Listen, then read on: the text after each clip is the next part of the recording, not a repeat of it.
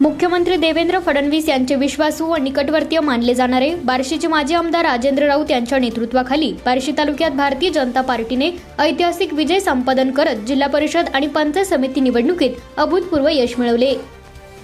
जिल्हा परिषदेच्या 6 पैकी 6 जागा आणि पंचायत समितीच्या 12 पैकी 12 जागा तब्बल 57,000 मतांच्या मताधिक्याने जिंकून बार्शीने महाराष्ट्राच्या राजकीय इतिहासात नवा विक्रम नोंदवला आहे।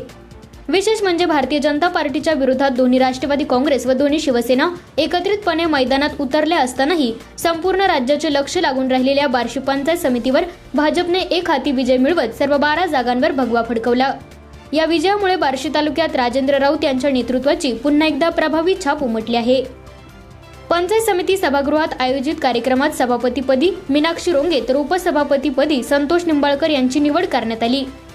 पीठासीन अधिकारी अमोलसिंह भोसले यांच्या हस्ते नव्याने निवडून आलेल्या सभापती व उपसभापती यांना निवडीचे प्रमाणपत्र प्रदान करण्यात आले।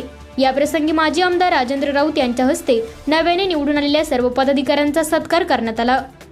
या कार्यक्रमास भारतीय जनता पार्टीचे युवा मोर्चाचे जिल्हाध्यक्ष ॲडव्होकेट रणवीर राऊत, माजी नगराध्यक्ष रमेश पाटील, भाजप शहराध्यक्ष महावीर कदम, ग्रामीण तालुका अध्यक्ष बबन गडदे, नगराध्यक्ष तेजस्विनी कतले, उपनगराध्यक्ष रोहित पाटील, कृषी उत्पन्न बाजार समितीचे सभापती विजय गरड, उपसभापती बाबासाहेब गायकवाड यांच्यासह पंचायत समिती व जिल्हा परिषदेचे नवनियुक्त सर्व सदस्य, भाजपचे विविध पदाधिकारी, बार्शी तालुक्यातील नेते मंडळी आणि कार्यकर्ते मोठ्या संख्येने उपस्थित होते।